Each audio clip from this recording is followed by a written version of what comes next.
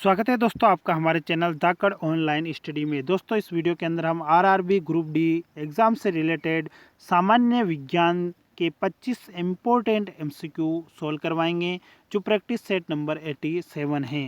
दोस्तों इसके अंदर जो क्वेश्चन हम आपको बताने वाले हैं वो पिछले एग्ज़ामों के अंदर जो है बहुत ज़्यादा बार पूछे गए हैं और साथ के साथ में अगले एग्ज़ाम के अंदर आने की भी इनकी बहुत ही ज़्यादा चांसेस हैं। तो भौतिक और रसायन विज्ञान से संबंधित ये क्वेश्चन होने वाले हैं।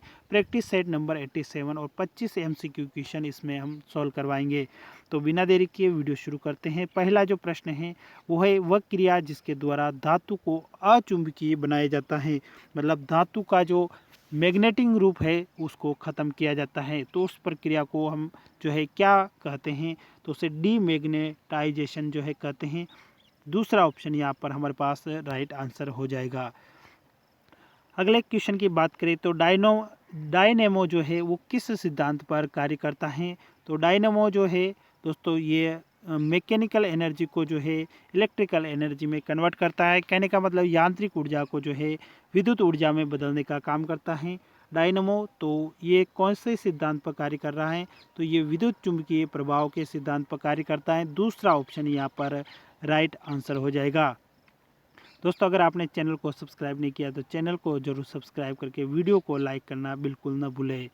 अगला प्रश्न है निम्नलिखित में से कौन सी धातु प्रकृति में मुक्त अवस्था में पाई जाती हैं। जो भी उत्कृष्ट धातुएं हैं वो सभी प्रकृति में जो है मुक्त अवस्था में पाई जाती हैं। तो सोना जो है एक उत्कृष्ट धातु है और ये प्रकृति में मुक्त अवस्था में पाया जाता है। चौथा ऑप्शन जो है ये बिल्कुल राइट आंसर हो जाएगा। इसका कोई अयस्क नहीं होता, सोना मुक्त अवस्था में पाया जाता है। अगला प्रश्न है घन मेटल है। आपको पता होगा घन मेटल एक प्रकार की मिश्र धातु है। मिश्र धातु क्या होती है, वे धातुएं जो भिन्न भिन्न धातुओं से मिलकर बनी होती हैं मिश्र धातुएं कहलाती हैं। तो घन मेटल भी एक प्रकार की मिश्र धातु है। कांसा, तांबा, कांसा और जिसे हम ब्रोंज बोलते हैं, और ये जो है मिश्र धातु के अंदर आता है। जर्मन सिल्वर भी इसी के अंदर आता है। तो घन मेटल जो है कापर, टीन और जिंक तीनों से मिलकर बना होता है। एक नंबर का ऑप्शन जो है यहाँ पर राइट आंसर हो जाएगा। अगला प्रश्न है ट्रांसफार्मर में कोर किस मटेरियल का बनाया जाता है। ट्रांसफार्मर के अंदर जो है कोर है वो किस मटेरियल का बनाया जाता है। तो दोस्तों कोर जो है वो ट्रांसफार्मर दो प्रकार के होते हैं, ऊंचाई और अपचाई, जो वोल्टेज की मात्रा को कम ज़्यादा करते हैं। तो इनकी जो कोर होती हैं यानी वो मृदु लोहे से बनाई जाती हैं। दूसरा ऑप्शन यहाँ पर राइट है, जिनके अंदर जो है इलेक्ट्रिसिटी जनरेट होती है।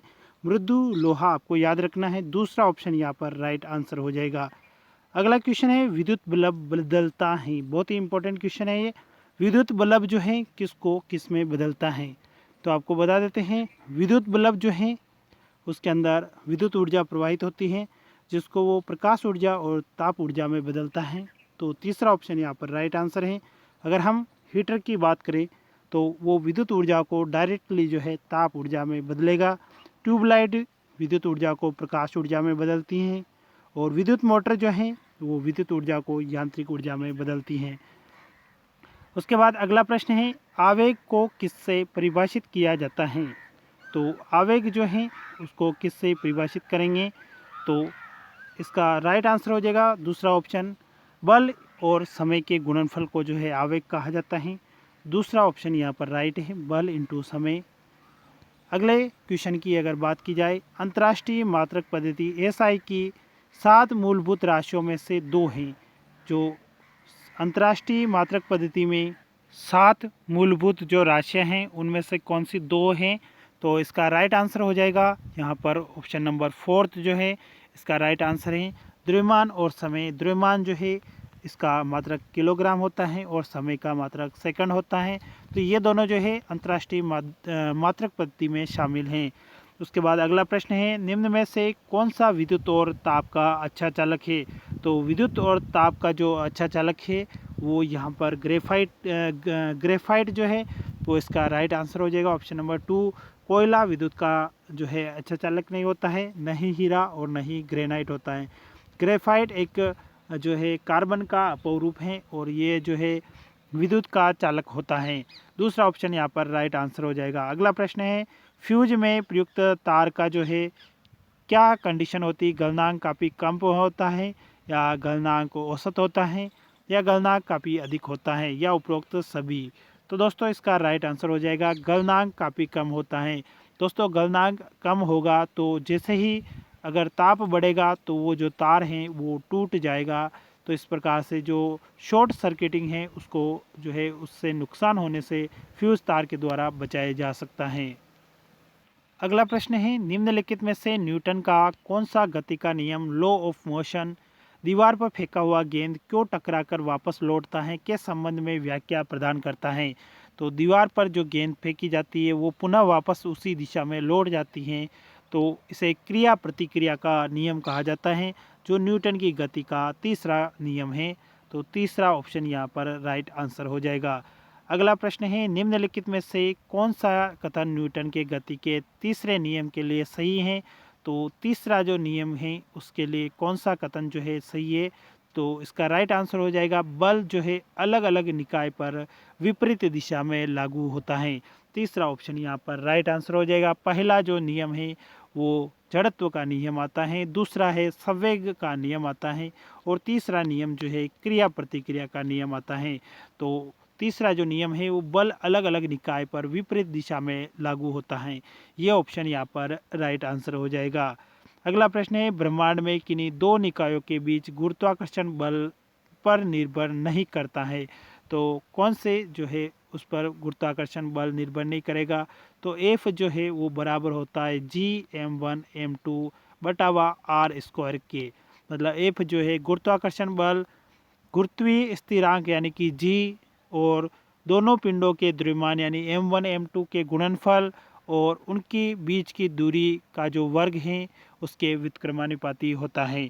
तो उनके बीच की दूरी पर निर्भर करता है, बिल्कुल सही है। आर स्क्वायर बीच की दूरी है, उनके द्रव्यमानों के गुणनफल पर भी निर्भर करता है, गुरुत्वीय स्थिरांक यानी जी पर भी निर्भर करता है, लेकिन उनके द्रव्यमानों के योग के ऊपर निर्भर नहीं करता है। चौथा ऑप्शन जो है यहाँ पर हमारे पास राइट आंसर हो जाएगा। Option number 4 is right answer. Next question है, दो वस्तुओं के बीच की दूरी को यदि 2 गुना कर दिया जाए तो इन दोनों के बीच बल पर क्या प्रभाव पड़ेगा। दोस्तों बीच की दूरी यानी कि आर स्क्वायर, अगर इस बीच की दूरी को अगर हम डबल कर रहे हैं तो 2 का अगर स्क्वायर करेंगे तो वो 4 गुना हो जाएगा। यानी कि गुरुत्वीय बल जो है 4 गुणन में कम होगा, क्योंकि दोस्तों आर स्क्वायर आपको बताया था अभी फॉर्मूले में नीचे की तरफ आता है। तो आर स्क्वायर अगर यहाँ पर बढ़ेगा तो ओबियसली बात है कि ऊपर की वैल्यू जो है वो कम होगी। तो चौथा ऑप्शन जो है यहाँ पर राइट आंसर हो जाएगा। अगला प्रश्न है, वह विजातीय मिश्रण जिसमें विलय के कण घुलते नहीं बल्कि पूरे माध्यम में निलंबित बने रहते हैं ये कहलाता है। तो इस प्रकार के मिश्रण को जो है सस्पेंशन मिश्रण कहते हैं। सस्पेंशन याद रखना है आपको, सस्पेंशन जिसमें क्या होता है विलय के कण जो है घुलते नहीं हैं, केवल माध्यम में जो है निलंबित बने रहते हैं। ऐसे कैसे रहते हैं। उसके बाद अगला प्रश्न है, परमाणु के नाभिक में होते हैं। तो परमाणु के नाभिक का जो है त्रिज्या की बात करें तो 10 की घात 15 मीटर इसकी त्रिज्या होती है, जबकि परमाणु की त्रिज्या 10 की घात -10 मीटर होती है। तो नाभिक के अंदर दोस्तों प्रोटॉन और न्यूट्रॉन रहते हैं और नाभिक के चारों ओर जो है इलेक्ट्रॉन चक्कर लगाते हैं। इलेक्ट्रॉन की खोज जे थॉम्सन के द्वारा की गई, न्यूट्रॉन की खोज जेम्स चैडविक के द्वारा और प्रोटॉन की खोज जो है गोल्डस्टीन के द्वारा की गई थी। तो परमाणु के नाभिक में दोस्तों प्रोटॉन और न्यूट्रॉन दोनों मौजूद रहते हैं, प्रोटॉन प्लस न्यूट्रॉन, और परमाणु के नाभिक के चारों ओर जो है इलेक्ट्रॉन चक्कर लगाते हैं। तो इस प्रकार जो है परमाणु का जो है प्रतिरूप होता है। अगला प्रश्न है, विभवमापी जिसे हम पोटेंशियोमीटर कहते हैं मूल्यतः एक मापन उपकरण है। तो विभवमापी जो है वो किस प्रकार का एक उपकरण है। तो वो जो है अंशांकन उपकरण है, उसमें अलग अलग अंश होते हैं, अंशों के हिसाब से उस पर मापन किया जाता है। तो अंशांकन उपकरण के अंदर ये आता है। अगला प्रश्न है, इनमें से कौन सी गैस बदबूदार पेय में घुली रहती हैं। तो दोस्तों जितने भी पेय पदार्थ होते हैं उसमें ज़्यादातर जो है कार्बन डाइऑक्साइड गैस घुली हुई होती है। आपको याद रखना है कार्बन डाइऑक्साइड जो है जिसको हम CO2 बोलते हैं, यही इसका जो है राइट आंसर हो जाएगा। अगला प्रश्न है, निम्नलिखित में से केवल परिमाण होता है दिशा नहीं होती है। तो जिनके अंदर केवल परिमाण होता है दिशा नहीं होती है उन्हें अदिश राशियाँ कहा जाता है। और अदिश राशि इनमें से कौन सी हैं? संवेग सदिश हैं, विस्थापन सदिश हैं, उसके बाद बल की भी 2 दिशा होती है दोस्तों, ये भी सदिश राशि, लेकिन कार्य की कोई दिशा नहीं होती, ये एक अदिश राशि है। तो तीसरा ऑप्शन जो है हमारे पास राइट आंसर हो जाएगा। इसमें केवल परिमाण होता है, तो तीसरा ऑप्शन यहाँ पर राइट आंसर हो जाएगा, कार्य। उसके बाद अगला प्रश्न है, एक डॉक्टर अति अम्लता का उपचार करने हेतु निम्नलिखित में से एक दवाई देता है जिसका दवाई में मुख्य संगठन इंट्रीगेंट्स हैं। तो दोस्तों अति अम्लता के लिए जो दवाई दी जाती है उसके अंदर जो है सोडियम कार्बोनेट होता है, Na2CO3, जो एक प्रति अम्ल कारक है, इसको प्रति अम्ल कारक कहते हैं। और जब ये अम्ल से रिएक्शन करता है तो लवण और जल के साथ दोस्तों CO2 का जो है निर्माण होता है, लवण, जल और CO2। तो Na2CO3 यानी ऑप्शन नंबर फर्स्ट इसका राइट आंसर हो जाएगा।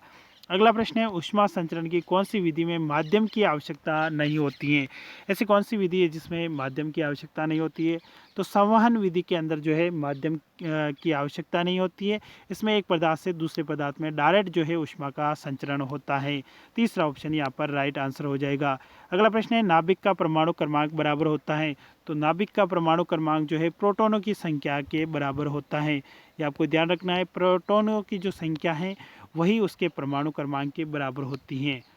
तो P बराबर जो है परमाणु क्रमांक होगा प्रोटॉनों की संख्या, और प्रोटॉन और न्यूट्रॉन दोनों की संख्या जो है उसको द्रव्यमान संख्या के रूप में जाना जाता है।